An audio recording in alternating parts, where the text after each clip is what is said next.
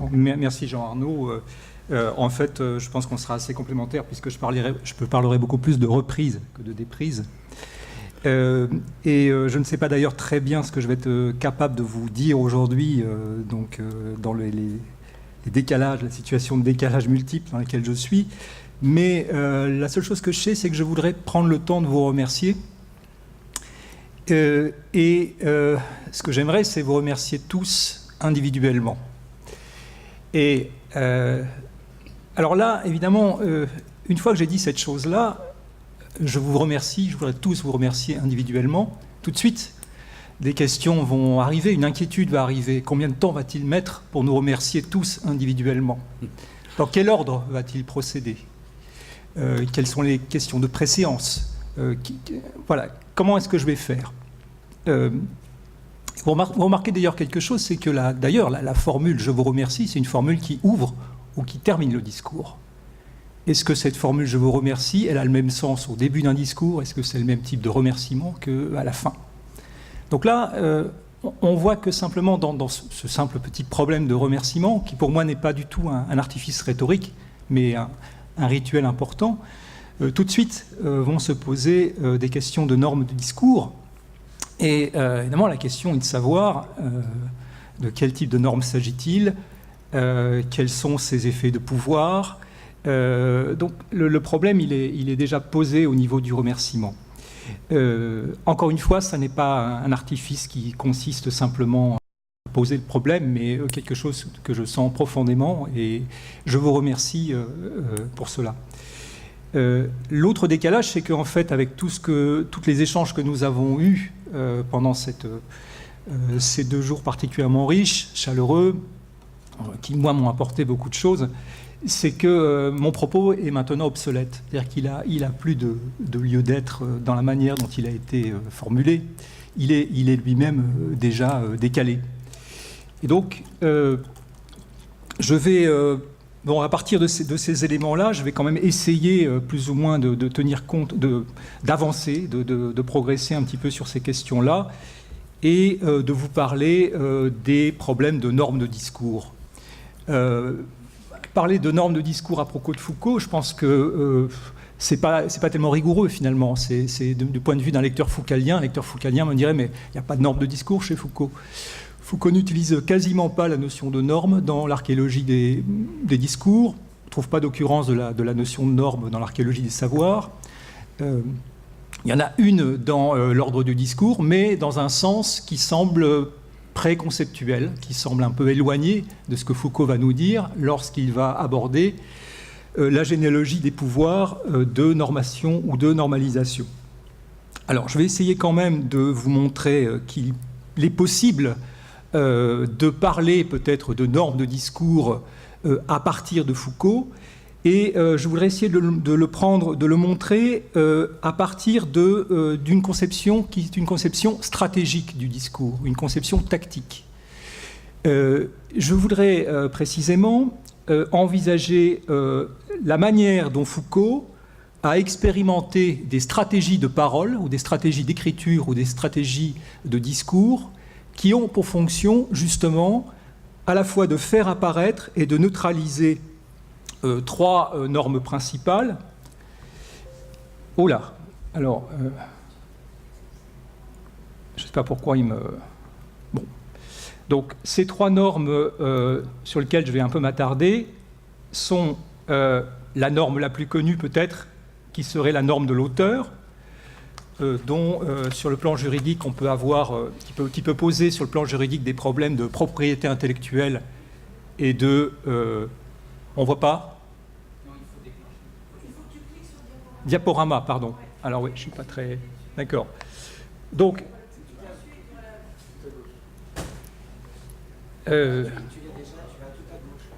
alors, excuse-moi, je suis très maladroit sur ça. Ah d'accord, excuse-moi.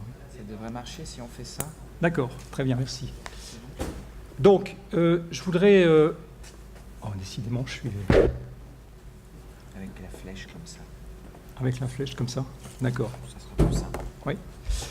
Donc je voudrais envisager ce que j'ai appelé des stratégies de discours hétérotopiques chez Michel Foucault, et la manière dont ces stratégies cherchent à court-circuiter des effets de normes en matière de propriété intellectuelle, en matière de répétition, il y a des questions de normes de la répétition, et en matière de véridiction.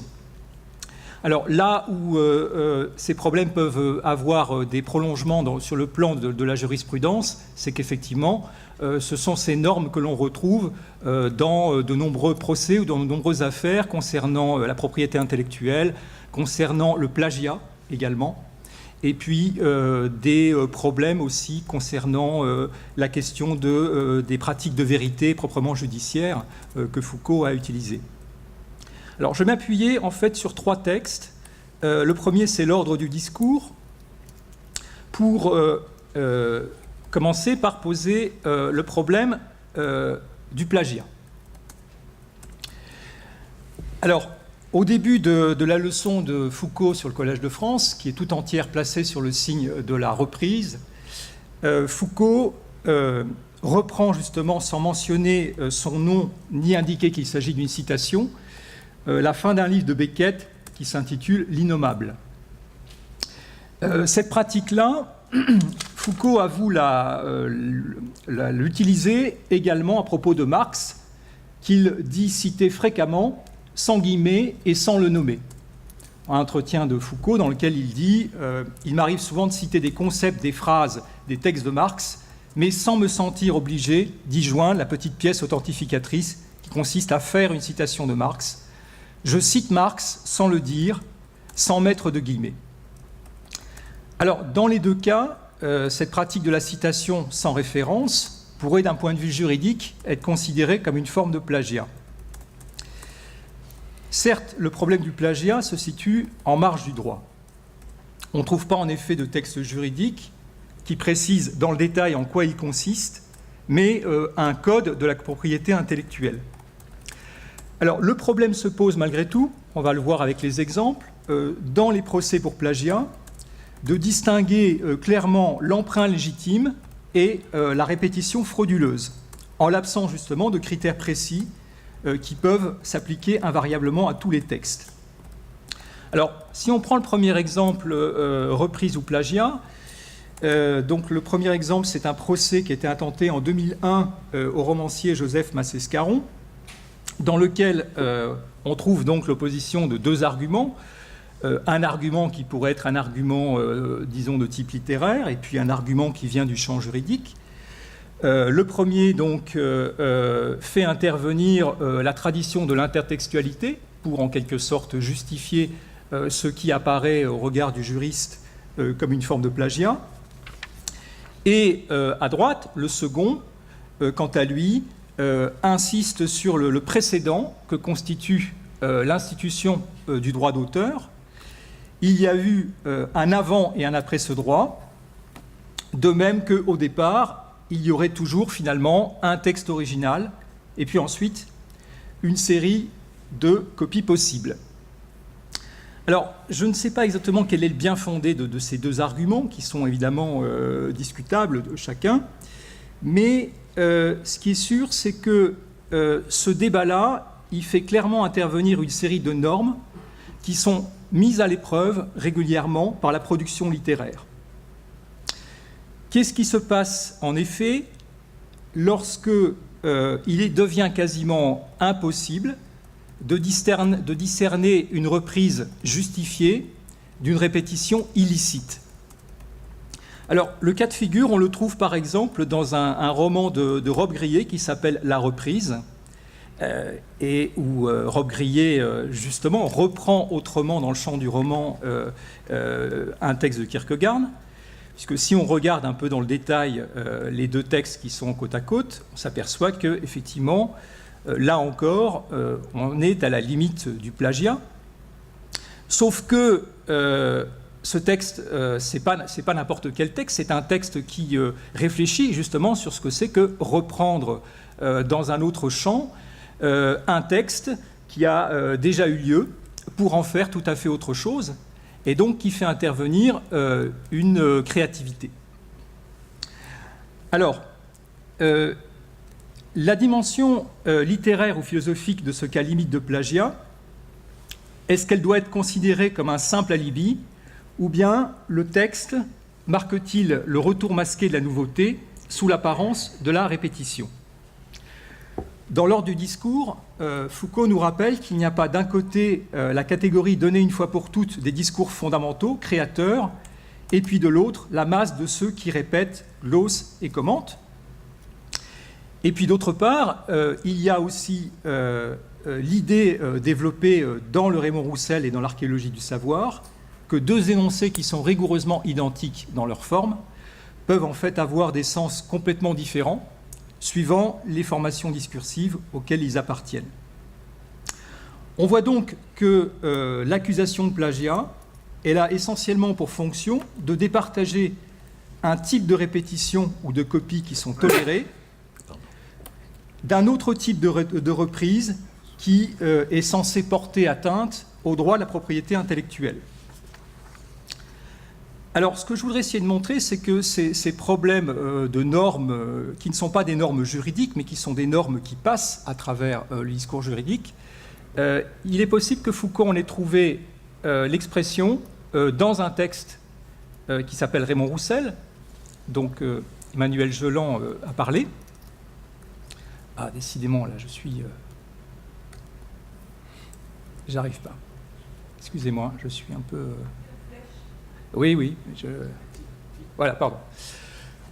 Alors, Emmanuel Geland avait parlé de ce texte dans lequel moi j'ai trouvé en fait un problème de jurisprudence qui est un problème d'ailleurs qui a été réactivé il n'y a pas très longtemps, qui est la situation de jurisprudence créée par la naissance à la même seconde de deux garçons identiques et cependant différents, qui posent des questions en matière de droit d'héritage.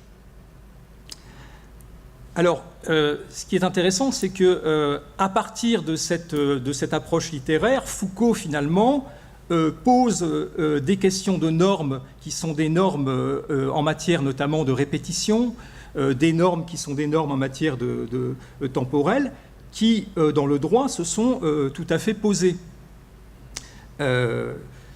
Dans le cas, par exemple, où deux jumeaux qui ont été conçus au même moment revendiquent des questions d'héritage, la question est de savoir comment est-ce qu'on peut décider pour savoir qui doit ou pas hériter. Alors, je m'excuse, j'ai l'impression d'être très confus, je vais essayer de simplifier le reste parce que là, c'est un petit peu beaucoup de fatigue. Je vais passer à la deuxième norme qui est peut-être qui est mise à l'épreuve par Foucault, donc dans un autre texte qui s'appelle Le philosophe masqué. C'est ce qu'on pourrait appeler la norme de l'auteur.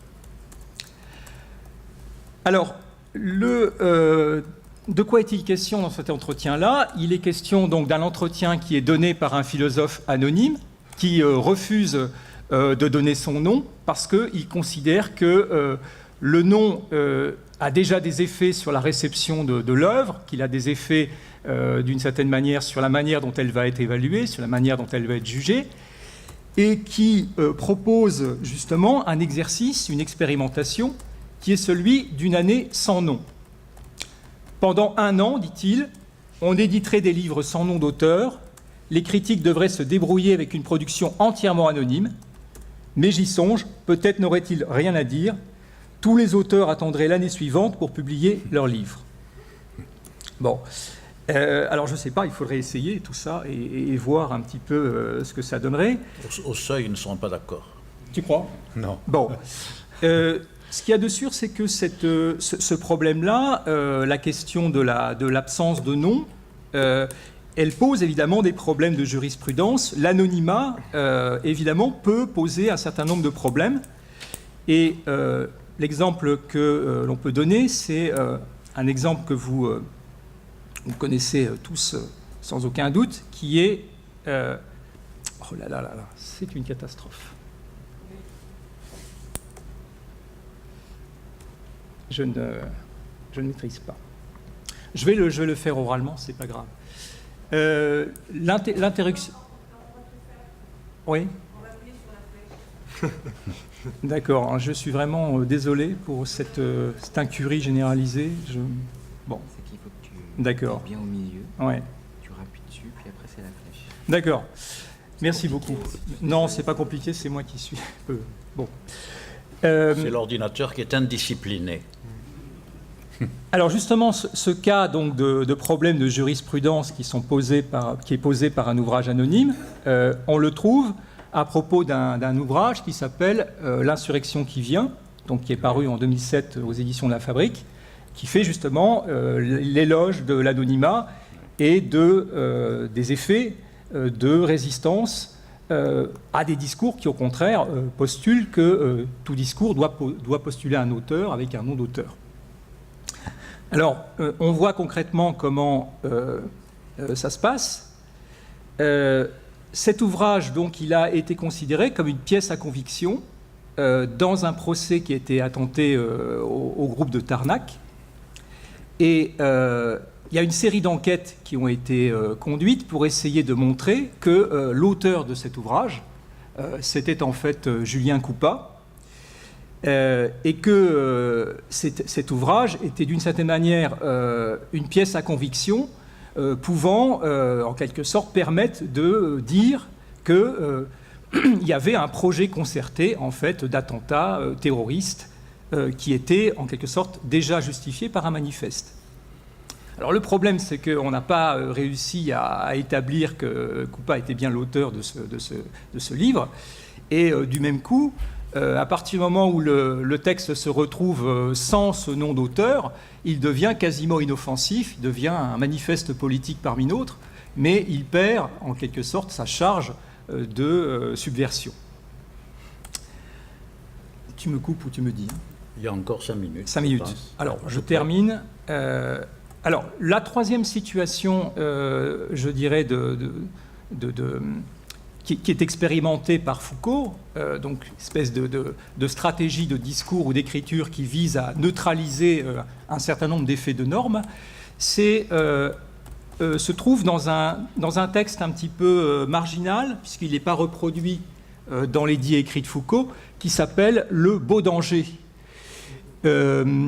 C'est un texte concrètement dans lequel Foucault accepte pour la première fois d'essayer d'expliquer quels sont les motifs biographiques dans son expérience personnelle, dans son expérience de vie, qui peuvent permettre de comprendre en particulier son rapport au langage, la manière dont il a pu s'intéresser au langage, à la résistance matérielle du langage, en relation notamment avec la perception qu'avait son milieu familial, milieu de chirurgien, milieu de médecin, d'une certaine transparence du langage, d'une certaine insignifiance du langage.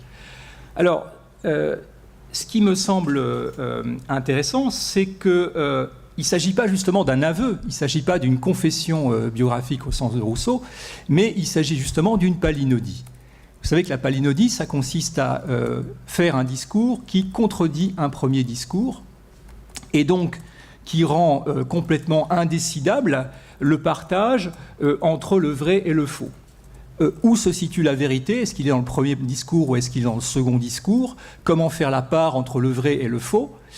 Et donc, en acceptant de se prêter à cet entretien, mais en même temps en faisant palinodie, Foucault, d'une certaine manière, résiste à cette espèce d'obligation biographique dont on a parlé un petit peu ce matin, de dire la vérité sur lui-même, en créant une situation d'indécidabilité, finalement, entre le vrai et le faux.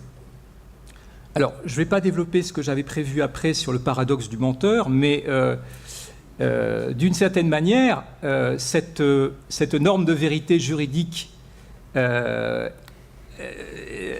dans laquelle on ne sait pas si la personne qui dit la vérité ou ment, un petit peu comme dans le paradoxe du menteur, on la retrouve en fait dans des procès qui sont plus ou moins connus. Alors je ne vais pas m'attarder sur celui qui est à votre gauche, que vous connaissez peut-être, donc, mais il se trouve que cette espèce de situation dans laquelle un menteur, enfin quelqu'un qui doit prêter serment, dit au fond, je jure de dire la vérité, toute la vérité, et la vérité c'est que je suis un menteur, Oui. c'est une pratique qui va effectivement poser toute une série de problèmes de normes, à partir du moment où le partage du vrai et du faux ne va pas pouvoir se constituer. Et alors, il y a un certain Jean-Baptiste Ledoux, là, ici, qui est un témoin feul et un témoin qui se confesse librement menteur. Et finalement, on dit, mais c'est pire que de se contredire. C'est pire que de se contredire parce qu'on est dans une situation où la norme de partage du vrai et du faux, finalement, est court-circuitée et ne peut plus fonctionner. Elle n'est pas fouée, même. Voilà. Alors, j'avais des conclusions à faire, mais je vais m'arrêter là. J'ai suffisamment abusé de mon temps de parole et j'ai été un peu confus. Je vous prie de m'en excuser. Je répondrai peut-être plus directement aux questions. La seule chose que je voudrais dire, c'est qu'il me semble vraiment que nous avons ici affaire à des questions de normes. Parce que si, finalement, même s'il n'y a pas un concept de norme chez Foucault, il y a un certain nombre de traits qui permettent de reconnaître la norme. Et il y en a un qui me semble très important, c'est la souplesse adaptative de la norme. C'est-à-dire la capacité qu'a la norme de s'adapter à des situations individuelles, la capacité qu'elle a de résister à ce qui la conteste, et aussi, paradoxalement, la capacité qu'a la norme de produire de la liberté. Je crois que ça, c'est quand même très important chez Foucault, de rompre avec une pensée qui serait une pensée purement négative de la norme, parce que chez Foucault, le pouvoir n'est pas simplement répressif, n'est pas simplement pensable en termes de manque. Et donc, on voit comment, dans ce jeu que Foucault expérimente à travers des pratiques discursives diverses, la palinodie, le discours anonyme, le plagiat qui n'en est pas un, d'une certaine manière, il y a l'affirmation de la possibilité pour un discours de résister à des normes en inventant de nouvelles normes, en essayant justement de se déprendre des normes qui passent à travers nos discours et à travers nos corps. Je vous remercie.